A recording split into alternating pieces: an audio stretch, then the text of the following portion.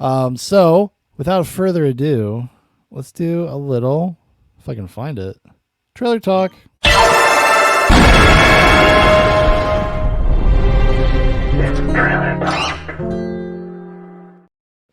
That's right, everybody. So 30 years after the fact, The Crow is finally coming back to theaters once again.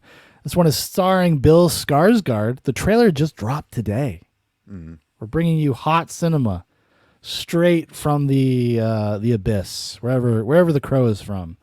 Do you like Alex Proyas's the Crow? Is that something you were even watched or into? I feel like you'd be a little young for it. I watched the first one. I'm trying to remember when I did because it was still when I was going through like a Punisher, Batman, a lot of those kind of like the Daredevil, like those kind of darker phases Gotcha. of that time period. Yeah. So at one point, it would have been like in like the late 2000s. I watched it, and probably my first Brandon Lee movie too. Unfortunate, it's the one he passed away on. It's the one he died on. Yeah. Yeah. They killed him. Yeah. He got as they say, Alec Baldwin. Yeah. Yeah, kind of. Yeah. Actually, very similar story where there was something like a live round got mixed in with dummies and literally got shot through the chest and like died within minutes, like just bled out super fast. Yeah. Yeah. The rumor back in the day was that he died from an explosion in one of the bags, like a squib explosion, but I believe he was just shot in the chest, if I'm not mistaken. There is actually an episode, if you guys have Shudder, of Cursed Films. Yes, and they go in depth with it. Yeah, goes into depths with it, and I really feel bad for the guy that shot him. I'll just say that the actor that shot him, I feel so bad. Lucky he didn't do it in 2024 though, because he would probably be going to jail for involuntary manslaughter. It seems like that's the thing these days. They're like, well, I mean, he's kind of responsible. Yeah. Trellick says the round glasses was a definite action look from the 90s. So many examples, including Arnold in both Kindergarten Cop and End of Days. This is true. Mm-hmm. Actually, I just bought Kindergarten Cop like the other day because it was $5. Yeah, you know me. Go get that fix. It's like a casual Sunday for Shaun. Oh, Kindergarten Cop. All right. I'm not even shitting you. Yes. Yes. The Kindergarten Cop's the kind of movie it's like if I'm sick, it's like chicken soup kind of movie. I grew up on it too. I like the movie. I'd probably buy it too if it was $5. Yeah, it was $5, dude. It wasn't like, cause, they actually just released it on 4K. Keenan and Lorber did, and I was like, I'm not spending $28 on Kindergarten Cop. Like, it's not happening. No. But you know what you got to do though? Pro tip for collectors out there: if you don't really care about like kind of new transfers and stuff, you just want to own the movie. Watch when they release 4Ks of these movies. Yep. Go on Amazon. They will have dropped the old Blu-ray price, oftentimes to anywhere from like $4 to $8. Mm-hmm. That's how I buy a lot of movies that way, actually. Trellick says, you ever saw the thing about the school in the first Silent Hill is the exact school from Kindergarten Cop? Is it really? No, I didn't know that. Wow. I didn't know that. So the Crow, actually I gotta look up who I don't know anything about this movie. The Crow has been in development hell for 20 years. I mean, even while they were making other direct-to-video sequels, they were trying to do a remake of The Crow. Bradley Cooper was attached to it at one point. I want to say he was also going to direct it, maybe? No, I don't want this. I want the new The Crow, not the old one. See who directed Rupert. Oh, shit. We're not in good hands here. Rupert Sanders directed The Crow. He directed such films as Ghost in the Shell. Oh. What is it? Snow White and the Huntsman. Yeah. Yeah, he slept with Kristen Stewart, actually. That's why she is the way she is now. Yeah. Yeah, that's why now she's a boyish lesbian. Yeah. Well, I think he's one of the reasons why she broke up with what's his name, Robert Pattinson. It's because of the shenanigans on the set of Snow White and the Huntsman. Yeah. Even though I actually don't mind his Ghost in the Shell. I think it's kind of just miscast and not paced well. But it's got some cool stuff in there. If you're a Ghost in the Shell fan. All right, let's start. I watched this on my phone earlier, so it's my first proper viewing of it. What's the first thing you liked about me? I thought that you were quite brilliantly broken. Were they both in the loony bin together? Yeah. This looks like it. Looks like it. You feel like my person. You feel like my person. What's the worst thing you've ever done? I saw things. I shouldn't have seen any of it. Now, if I remember correctly, I've actually read the comic book The Crow. Mm-hmm. I can't remember. The villains aren't supernatural, though. I don't think. They're supposed to be just kind of normal gangsters. I thought they were they're like really hardcore, gross, stylized gangsters. Yeah. I don't remember them having superpowers. I know that the girlfriend is not a psychic in the original story. So that's the new, because they had to give her something more to do. She can't just be, fridged. You know what I mean? Julie! Julie! Please don't do this!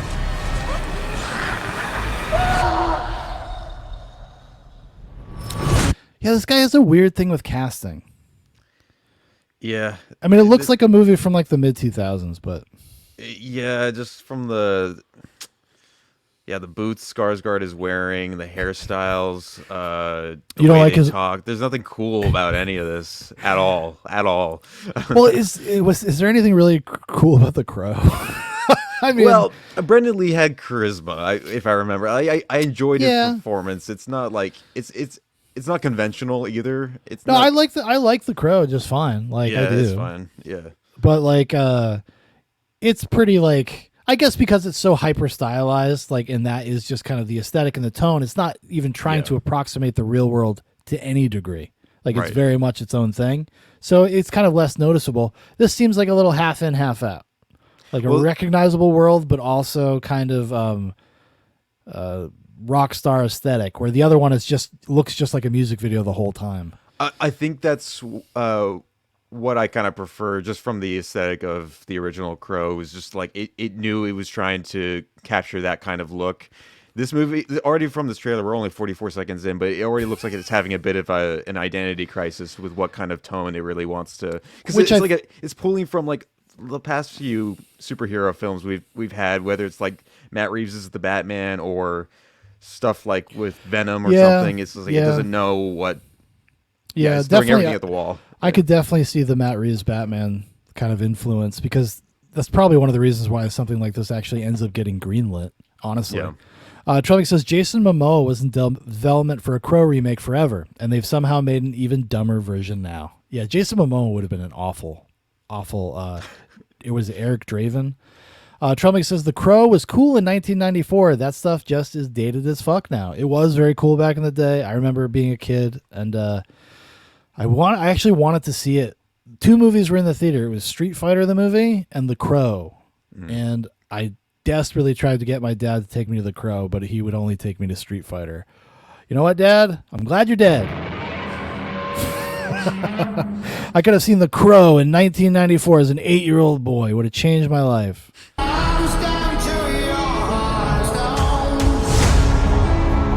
When someone dies, a crow carries their soul to the land of the dead. This is something I really hate, this convention where they're going to have a mentor character that is going to just dump lore on you and exposition constantly. Explaining everything. Why does it need to be explained? You know what I mean?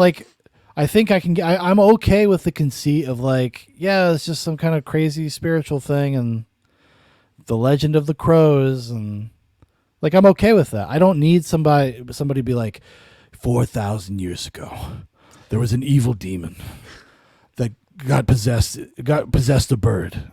You know what I mean? See, if this movie was in my hands, I would just have Bill Skarsgård speaking cacaws and just physically turn into a crow and die. Trembling says, I'm a big Dark City guy. The other big Alex Proyas movie. Yeah, I like Dark City too. Actually, I'm a little bit of an Alex Proyas defender. I think Knowing is actually okay. The one with Nicolas Cage. And also, I am I would have to rewatch it to be able to really mount a defense, but Gods of Egypt is actually a pretty fun movie. Like, it's very campy and silly, but if you like The Mummy, like, I think you should give Gods of Egypt a shot.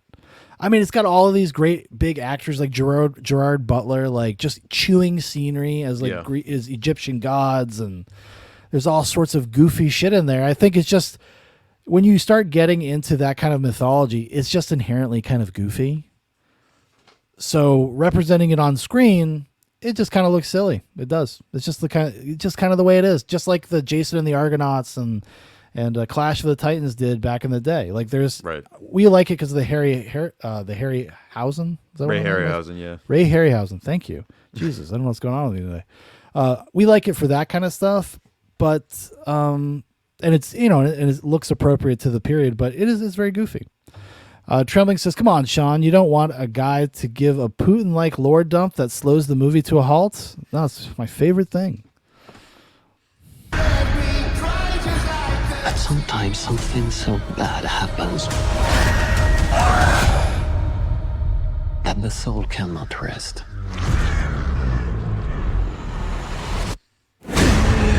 Until you put the wrong things right.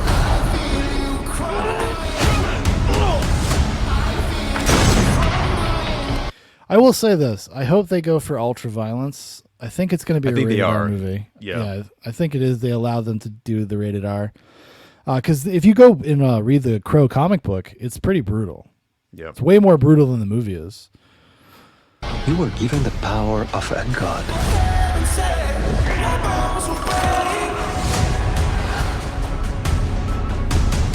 But you're running out of time to save her.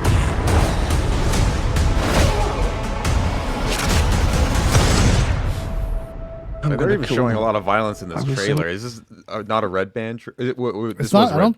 Is it Red Band? I have no idea. This is just the official trailer. It's the first one that. It's just the Lionsgate trailer. It does not have any markings for Red Band. No, they just do this now. Wow. They don't even bother with Red Band anymore. Yeah. That's a pretty brutal beat. I'm not gonna lie. That's a pretty brutal moment.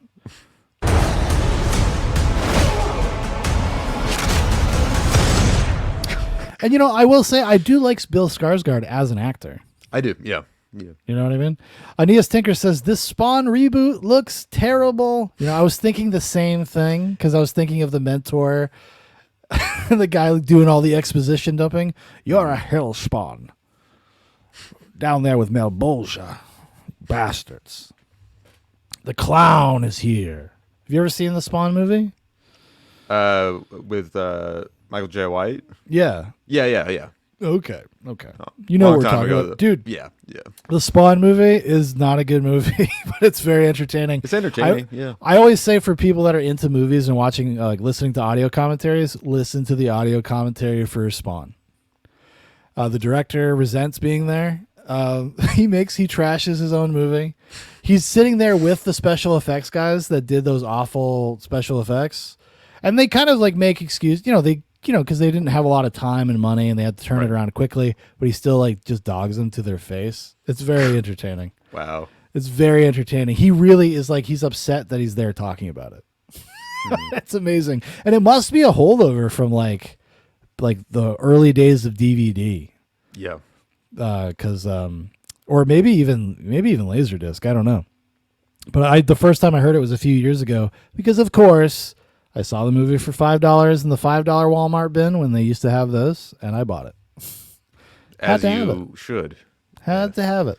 Yeah. I'm gonna kill them. What would my children do if I didn't have Spawn?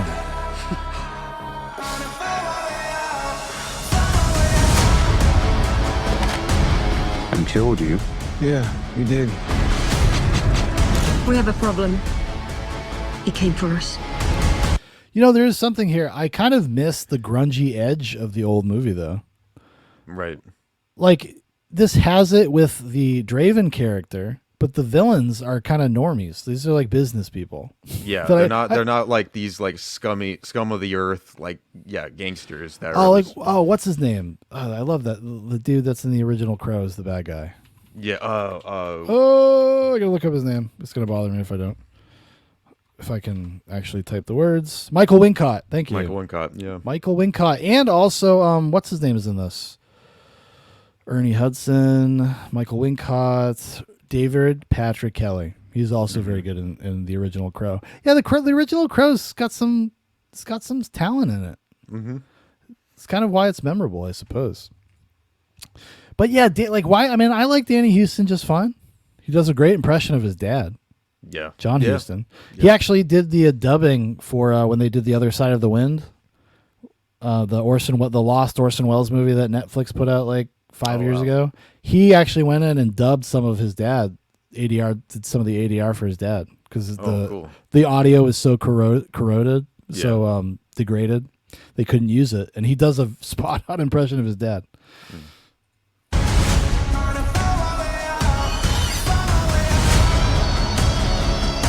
First impulse. Anger. It's like this is like who else would have made a movie just like this? Francis Lawrence, the guy who directed Constantine. Yep. And I Am Legend. It's right out of that. Right out of that era, like that vibe, that style. You know what I mean?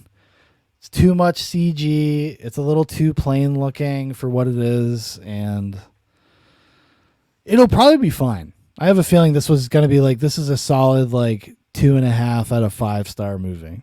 Right. You'll watch it and be like, okay, and then never think about it again. Just like other Rupert Sanders films. It's not anger. It's love.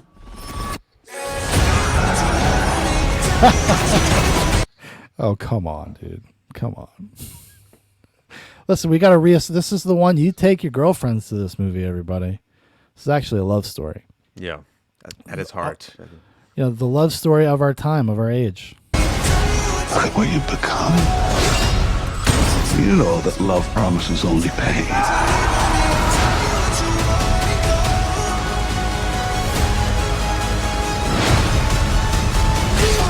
You have no idea what hell awaits you. Did it say love never dies? Something of that. That's the tagline for Francis Ford Coppola's Bram Stoker's Dracula. Yeah. Thank you very much, Rupert Sanders. Get your own taglines, buddy. The OG gothic horror classic. The OG camp horror classic, yeah. I actually really love Francis Ford Coppola's Bram Stoker's Dracula. I do too. I'm not even gonna lie, that movie is so much fun. Tremley says the new junkie couple goals to replace Joker and Harley. Kind of, that's probably in a way that's kind of how they would like to frame it. This completely toxic, fucked relationship that they just kind of they just twist enough to be like, isn't this goals, guys? Isn't this what you want? Like, no.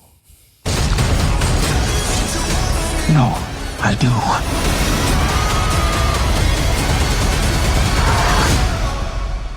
How many people have you loved? He's like 2. They're really just going all in on the violence in this trailer alone. Like, this could play in front of like one of the newer Spider-Man movies, and you would just get away with it now. Like, there'll be kids seeing that. You know, you're seeing the last act. Yeah. Like, most of this stuff is from the last act. If he's like in a big ornate building, like walking up a staircase, I guarantee you, because they're going to do a fucking lame origin thing where half the movie is like an origin story. Yeah. You know, you could say whatever you want about the 1994 movie. It gets to the fucking point pretty quick. Yeah. Like, he's the Crow within 20 minutes. And he's just the Crow. Yeah. He's just, you know, he's like this vengeful spirit dude that's out there getting revenge. And if they need to show what he was all about, like in the past before he became the Crow, it's like these very itty bitty flashbacks, and it's all you need. And they just give you just enough. Yeah, just enough flavor. What kind of person was Eric Draven before he became the Crow? We get to see just little flashes, and that's all you need. Exactly. They did the same thing in the sequel, City of Angels, which is not a great movie. I know there's allegedly there's some sort of lost director's cut of that. Which I saw, actually, it used to be on the YouTube channel. I don't know if it is anymore. I did a watch along like years ago when I first started live streaming on Zoobox, and I totally got away with it. I don't know how, but I did. Maybe you'll find a copy of it on Etsy for $5, and you can buy it. Maybe I'll be lucky. Treming says, I don't like even skankier Zoe Kravitz. Yes, they would have loved it if they could have gotten Zoe Kravitz for this, because that's the archetype. Yeah. Kind of bringing back what we were saying about the Matt Reeves Batman, right? Like, it kind of pulls from that aesthetic a lot. Mm-hmm.